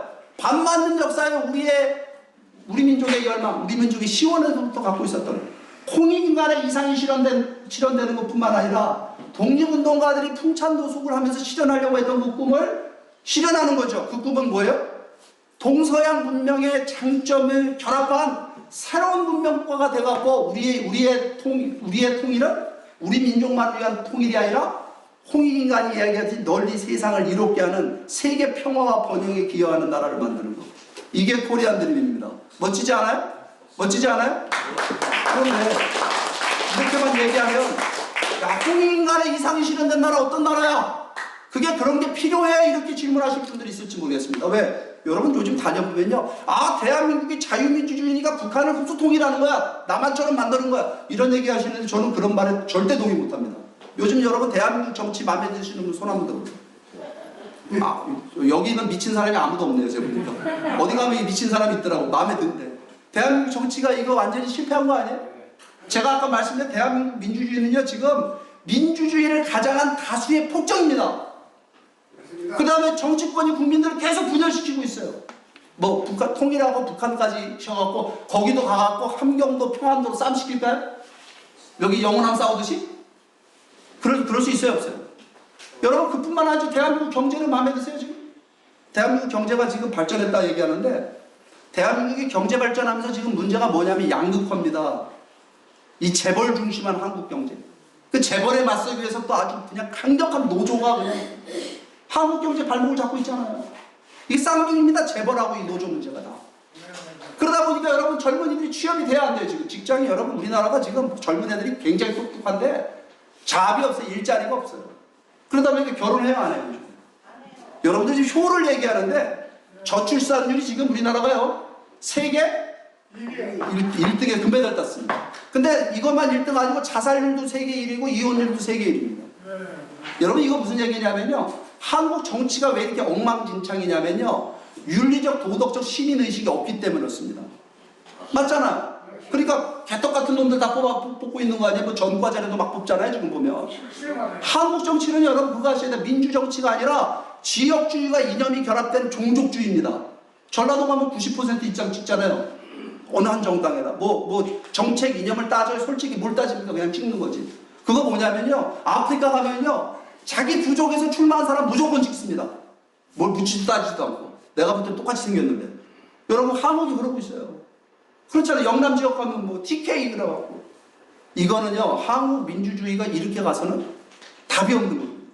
그러니까 무슨 얘기냐면 여러분 그거 아셔야 됩니다. 민주주의는 아까도 말씀드렸지만 민주주의는 제도가 완벽하기 때문에 민주주의가 올바른 사회를 만들고 이상적인 국가를 만드는 게 아닙니다. 민주주의는 제도 자체는 결합이 많습니다. 제도는 얼마나 결합이 많은지 몰라요. 그 민주주의가 작동하기 위해서는 뭐가 필요해요? 도덕적 시민의식이 필요하게 되는, 도덕윤리적 시민의식이 필요하게 되는데 그 도덕적 윤리의식의 공감대가 만들어지기 위해서 그 사회는 뭐를 지향해야 될까요? 그 사회가 함께 지향하는 도덕적 윤리적 가치관이 있어야 되는 겁니다. 그러니까 여기 한국 효도에 여러분들이 하시는 일이 정말 중요한 일입니다. 왜냐하면 이 사회가 어떤 도덕적 윤리적 의식을 가지고 가야 되는가를 이야기하는 것이 여러분이 본질입니다. 이 대한민국 정치 변화에. 맞습니까? 틀립니까? 그러면 여러분 미국 사람들은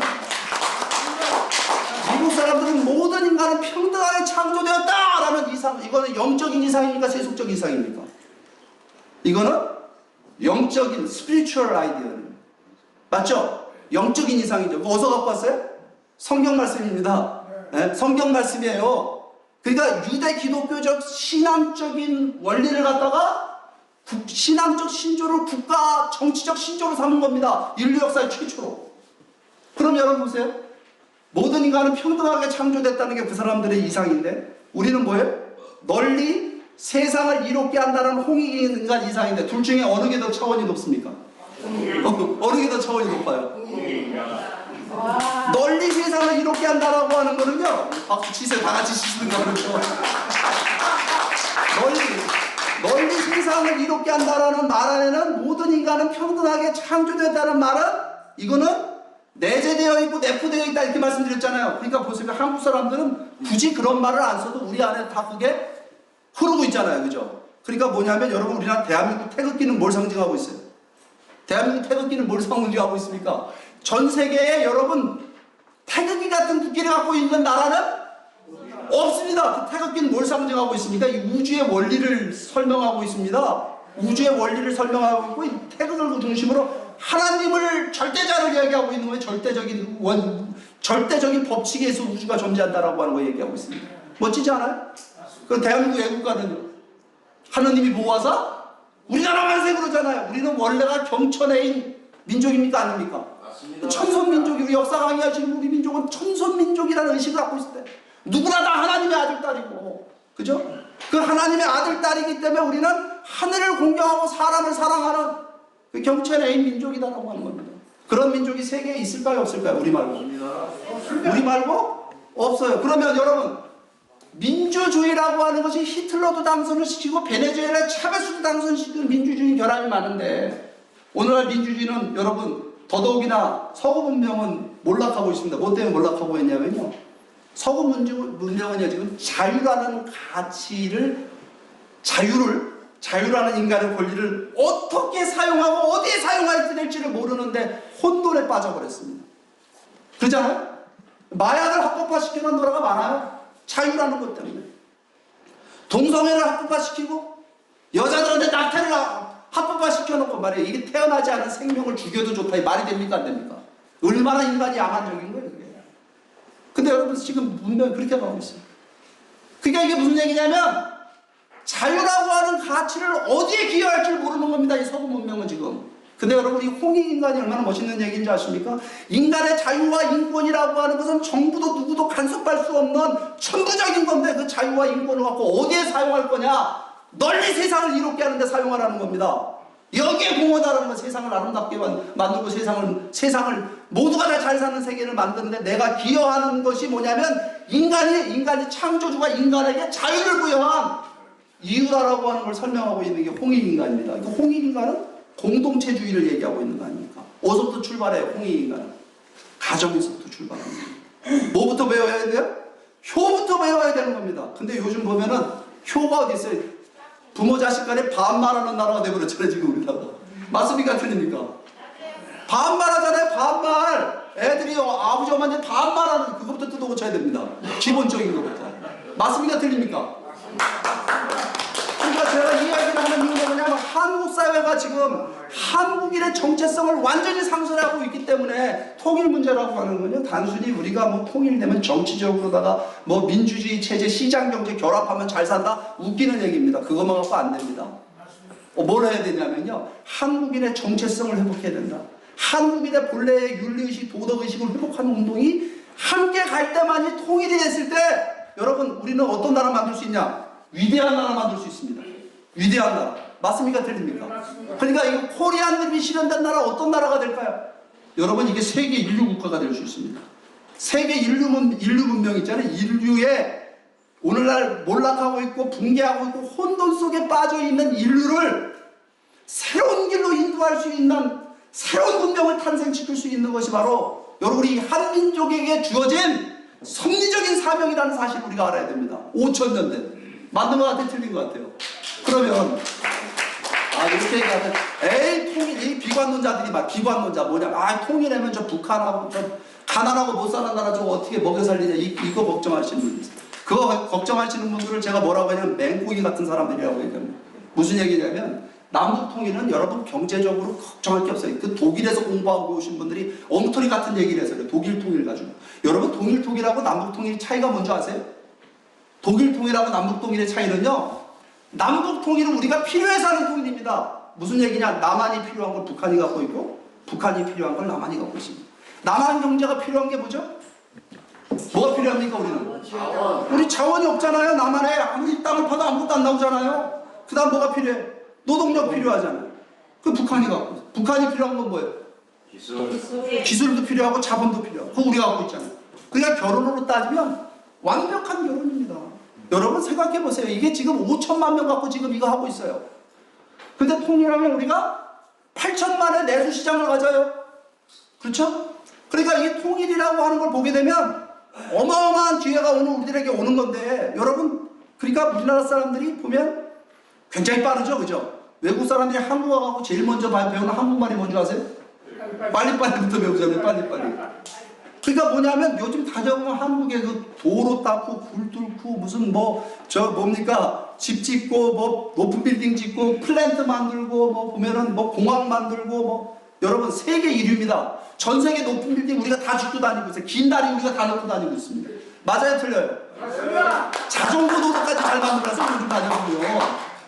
한국이 정말 여러분 몰라보게 발전돼 있죠. 그것도 이렇게 빨리 여러분 나라를 개조한 경험을 갖고 있는 민족 우리밖에 없습니다. 근데 여러분 통일되면 저까지 그 개발하는데 몇 년 걸릴 것 같아요? 저 북한 개발하는데 몇 년 걸릴 것 같아요? 네? 여러분 이 땅이 좁잖아요. 우리가 저거 개발하는데 저게 다 국유지기 때문에 개발이 쉽습니다. 뭐 수용할 것도 없고 우리가 원하는 대로 신도시 막 만들고. 여러분 어떤 식의 개발이 될 거냐면, 여러분 보세요. 중국의 그 서쪽에 있는 도시들이 있죠. 상해나 이런 데 있죠. 선천이 이런 데. 그거 개발하는데 몇십 년 걸리지 않았습니다. 10년 만에 그렇게 어마어마한 도시를 완성했어요. 북한은요, 그거보다 더 빨리. 그러면 여러분 보세요. 이게 이제 인프라 투자가 들어가고 이게 들어가게 되면 한국은 뭘로 연결이 되냐면, 이게 유라시아 대륙으로 연결되죠. 유라시아 대륙으로 시장으로 연결되고 자원이 연결되고. 여러분 이게요, 이 복덕방입니다. 한국은 역세권 아세요? 역세권? 여러분 서울의 부동산이 다 똑같아요? 아니죠. 어디가 제일 비싸요? 땅값이? 역세권이에요. 역세권. 한국은요 그야말로 역세권. 왜냐하면 대륙과 대양을 연결시키는, 여러분 그러니까 태평양과 유라시아 대륙을 연결시키는 기가 막힌 자리에 여러분 안전한 항구를 가지고 있는 곳이 우리나라예요. 그죠? 철도로 연결. 그뿐입니까 여러분? 앞으로 무슨 또 얘기했던 어떤 서울대학교 교수님이 북극항로가 열리고, 북극항로가 열리면 또 우리가 여기가 그야말로 역세권이 되는 거예요. 그러니까 여러분 이 통일이 되게 되면 북한을 개발해서 한국 경제가 발전한다, 이거는요 그냥 상상만 해도 가슴이 뛰는 얘기입니다. 근데 이거를 갖다가 선생님들이 잘못 가르쳐가고 통일되면 통일 비용 들어가고 우리가 부담스러운 일이라고 가르쳐놓은 건 완전히 엉터리 같이 가르쳐놓은 겁니다. 맞아요, 틀려요? 맞습니다. 그러니까 근데 통일이 안 되면 어떻게 될 것 같아요? 우리나라가 여러분 국방비를 1년에 70조를 써요. 돌아오는 게 있어요, 없어요? 그 70조 써가지고. 이거는요 우리한테 완전히 꼭 먹고 알 먹고 하는 건데, 문제는 뭐냐면 통일이 되면 우리가 어떤 통일을 실현하느냐, 코리안 드림이 실현된 초인류 국가, 자유와 인권을 보장하는, 그야말로 번영하는, 가난하고 못 살던 북한을 발전시켜갖고 빈부격차를 여러분 극복해내고 사회적 갈등, 이념적 갈등을 극복한 새로운 문명국가가 탄생이 된다. 여러분 그럼 우리는 세계로부터 존경받는 나라가 될까요, 안 될까요? 됩니다. 여러분 지금도 존경받아요, 돌아다니면 대한민국 사람들. 근데 여러분 통일까지 하게 되면 우리는 엄청난 존경을 세계로부터 받게 된다. 그럼 우리는 어떤 나라가 돼요? 세계 문명을 주도하는 새로운 국가가 될 수 있다라고 하는 겁니다. 그럼 제가 이렇게 대단한 통일을 방법론을 말씀드릴 거 아니에요. 이게 결론입니다. 통일은 여러분 어떻게 실현할까요? 그거 궁금하잖아요. 방법론 얘기 안 하고 비전만 잔뜩 얘기하면 뭐 할 거예요? 방법론 말씀드려요. 확실한 방법론. 그리고 이거는 금방 이루어진다, 이렇게 하게 되면. 뭐냐면 여러분 통일은 정치적 협상을 통해 될까요, 안 될까요? 안 됩니다. 남북대화 판문점에 앉아가지고 김정은이 말로 꼬셔갖고 통일될까요, 안 될까요? 안 되죠. 여러분 역사적으로 정치적 협상을 통해 통일된 사례는 없습니다. 통일은요 뭐냐면, 모든 역사적 위대한 변화는 뭐냐면 시민의 힘으로 벌어져요. 동서독 통일도 베를린 장벽을 무너뜨렸어요. 누가? 시민들이 무너뜨린 거예요. 동독 주민들이 베를린 장벽을 무너뜨리고 넘어온 겁니다. 그게 여러분 통일의 길입니다. 그러면 여러분 이게 역사적 변화라고 하는 건 모든 게 뭐냐면 다 위로부터 아래로의 변화가 아니라 밑으로부터 위로의 시민혁명을 통한 변화이다라고 하는 관점에서 보게 되면요, 여러분 통일 문제는요 북한 내부를 변화시켜야 됩니다. 누굴 변화시켜야 되냐면 북한 주민들을 변화시켜야 됩니다. 그 북한 주민들 안에 북한 엘리트들을 변화시켜야 됩니다. 근데 지금 여러분 북한 엘리트들은 변화를 갈망합니다. 왜? 지금 살 길이 없기 때문에, 희망이 없기 때문에, 찬스가 온 거예요. 그러려면 여러분 북한 내부를 변화시키려면 누구부터 변화시켜야 돼요? 북한 내부 변화시키려면 남한 사회부터 변화를 시켜야 돼요. 그럼 우리는 뭘 전달해야 되는? 남한 사회가 통일을 원한다라고 하는 메시지를 북한에 전달해야 됩니다. 근데 한국 사회가 지금 통일에 대한 꿈이 있습니까? 없습니까? 없어요. 뭐 하고 있습니까? 한국 사회 요즘 보게 되면 때려잡자 무찌르자 아직도 그러고 앉아 있잖아요. 북한에 대해서. 뭐냐면 통일을 바란다. 근데 그 통일을 바라는데 우리 애가 원하는 통일이라고 하는 건 어떤 통일이냐? 북한 형제, 북한 동포들과 함께 살고자 하는 통일인데 그 통일된 국가가 실현하고자 하는 그 위대한 비전이 뭐냐? 바로 이 홍익인간의 이상이 실현된 코리안 드림이 실현된 그런 새로운 나라를 위대한 나라를 건설해서 그 나라가 더불어 여러분들과 이 북한 동포들과 함께 살겠다라고 하는 비전이 남한 사회에서 여러분 메아리 치면 어떤 일이 벌어질 것 같아요? 북한에 지금. 북한에. 여러분 쓰나미와 같은 일이 벌어집니다. 이게 역사의 법칙입니다. 여러분 역사의 법칙이에요 이거는. 그러면 여러분 우리가 지금 그러기 위해서는 뭐가 돼요 여러분들이? 이 코리안 드림의 주인이 돼야 됩니다. 제가 책 광고하지 말라는데 그냥 인포메이션입니다. 제가 오늘 강의하는 내용은 이 앞에 있는 문현진 박사가 쓴 코리안 드림의 책을 보고 제가 지금 강의하고 있는 거니까 저처럼 이 내용 더 알고 싶으면 이 코리안 드림 꼭 사서 읽어보시기 바랍니다. 그래갖고 지금 뭐라고 있느냐? 풀뿌리 통일운동을 저희가 전개하고 있습니다. 아까 저 비디오 보셨지만 통일운동 단체에서는 저희가 막 국내뿐만 아니라 세계적으로도 가장 큰 왕성한 활동을 벌이는 그런 운동을 지금 전개하고 있고 이 풀뿌리 운동을 지금 만들어 나가고 있습니다. 근데 여러분 지금 희망적인 사건이 하나 터졌어요. 미국에서. 누가 대통령이 됐냐면 트럼프가 미국에 됐어요. 여러분 트럼프가 제일 존경하는 미국의 대통령이 누군 줄 알아요? 전임자 중에? 바로 레이건입니다. 레이건이 여러분 뭐 했어요? 레이건은 동서독 통일뿐만 아니라 냉전 중식의 기틀을 만든 사람이 바로 레이건입니다. 그러니까 레이건에 뭘 흉내내냐면 Make America Great Again 들어보셨죠? 앞에 있는 미국을 다시 위대하게. 이거 누구 정치 슬로건인 줄 아십니까? 이거 레이건의 슬로건이에요. 이걸 따라하고 있는 겁니다. 여러분 레이건은요 소련을 악의 제국이라고 했습니다. 더 이블 엠파이어라고. 근데 지금 트럼프는 어느 나라를 악의 제국이라고 얘기하고 있어요? 중국이 모든 악의 근원이다 얘기하고 있는 거예요. 그럼 여러분 이게 지금 비슷하잖아. 그죠? 동서독 통일을 보게 되면 소련이 무너지게 되니까 동서독이 통일되게 된 건데 여러분 중국을 무너뜨리려고 지금 완전히 벼르고 있습니다. 지금 트럼프가. 그죠? 그러면 여러분 지금 이 과정 속에 오늘 우리가 통일의 기회가 올 수 있다. 그리고 이게 지금 국제적으로 지금 보게 되면 한국을 통일시켜주겠다라고 하는 그 기운이 만들어지고 있습니다. 왜냐하면 미국이 지금 있잖아요. 비핵화가 불가능하다라고 깨달았습니다. 북한의 비핵화. 이것만 가지고 협상하고 북한의 비핵화를 시킬 수 있다. 핵 문제만 가지고.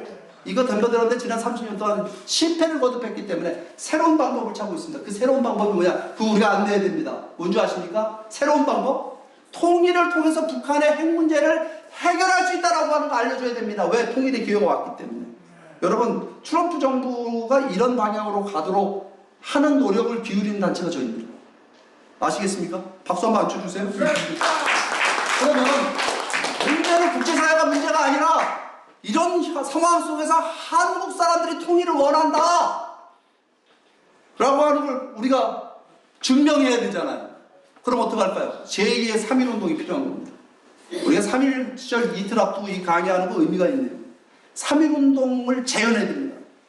그래서 저희가 지난 4년 동안 뭘 준비해왔냐면요. 광복 80주년이 금년이잖아요. 1000만 캠페인을 준비해왔습니다. 그래서 지난 몇 년 동안 여기 계신 분들이 작년에 작년에 오셨었죠. 임진각도 오시고 그 전에 저희가 이렇게 매년 이렇게 굉장히 큰 규모의 대회들을 개최하면서 작년에 이렇게 임진각이 한 3만 명 모이는 행사를 했어요. 그런데 이제 이거는 다 뭘 준비하기 위한 거냐면 금년을 준비하기 위한 겁니다. 그 금년에 뭘 할 생각이냐면 세계 각국의 정상들이 와서 한국의 통일을 지지한다는 지지선언대회를 하려고 합니다. 세계 국제사회 지도자들이 와서. 사실은 트럼프를 데려오려고 했습니다. 지금도 그 꿈은 포기하지 않고 하고 있습니다. 그 트럼프가 갖고 뭐 해야 되냐면 레이건처럼, 여러분 레이건의 베를린 연설 아세요? 미스터 고르바초프, 이 장벽을 넘으시오. 당신이 평화를 원한다면. 그런 연설 한번 하게끔 하는. 그걸 판문점에서 하면 멋있겠어요. 그죠? 그 세계적인 이벤트를 만들고. 그 다음에 여러분들 다 오셔야 되는데 어디로 오셔야 되냐면 일산 킨텍스로 오셔야 되는 8월 15일 날. 일산 킨텍스로 다 오셔야 됩니다. 그 다음에 뭘 할 거냐면 이게 이제 킨텍센터는 시민대회인데 근데 우리가 뚜껑이 닫혀있는 지붕이 있는 곳에서 행사를 하게 되면 임팩트가 없잖아요. 그래서 야외에서 행사를 하려고 하는데 뭘 하려고 하냐면요. 여러분 제가 뭘 하려고 하냐면 파리 올림픽을 세느강에서 했죠. 세느강에서 개막식을 했어요. 근데 이 개막식을 뭘 했냐면 이 썩을 놈들이 이게 동성애 축제를 이렇게 해버렸습니다. 그래서 세계의 비난을 받았는 프랑스가 당시. 근데 여러분 파리 세느강보다 아름다운 강이 있죠? 우리 무슨 강이에요? 한강 하면 여러분 뭐가 있어요? 한강하면 뭐가 떠올라요? 한강의 기적, 한강의 기적. 광복 80주년의 역사를 우리가 다 교합해서 한마디로 얘기한다면 우리는 한강의 기적을 썼다 이렇게 얘기합니다. 근데 한강의 기적이 여기서 멈추면 될까요? 안 될까요? 한반도의 기적으로 만들어야 됩니다. 여러분 모든 하천은 문명의 발상지라고 얘기합니다. 맞습니까? 틀립니까? 문명이 출발하는 건 문명의 발상지 4대 문명 얘기하잖아요. 한강이 새로운 문명의 발상지가 돼야 되지 않겠느냐. 뭐예요? 코리안 드림을 중심한 홍익인간의 이상이 실현되는 그런 통일국가를 지녀 나가는 출발점이 되고자. 그래서 여러분 한강에서 뭘 하려고 하냐면 그야말로 대대적인 여러분 한강을 장소로 해갖고 축제를 하려고 하는데 작년에 보니까 한화에서 그 불꽃놀이 하는데 수백만 명이 몰려 나오더라고요. 그거 구경하는. 그래서 작년에 우리가 임진강에서 드론쇼 보셨습니까? 아, 좋았어요. 드론 당시 500대 뛰었습니다. 근데 그 군사 지역이라 그거 허가 받는데 합참 가서 허가 받았습니다. 그거 가는데 죽는 줄 알았어요. 그거 허가 안 나오는 줄 알았습니다. 기적과까지 받았는데 500대 뛰었어요. 500대.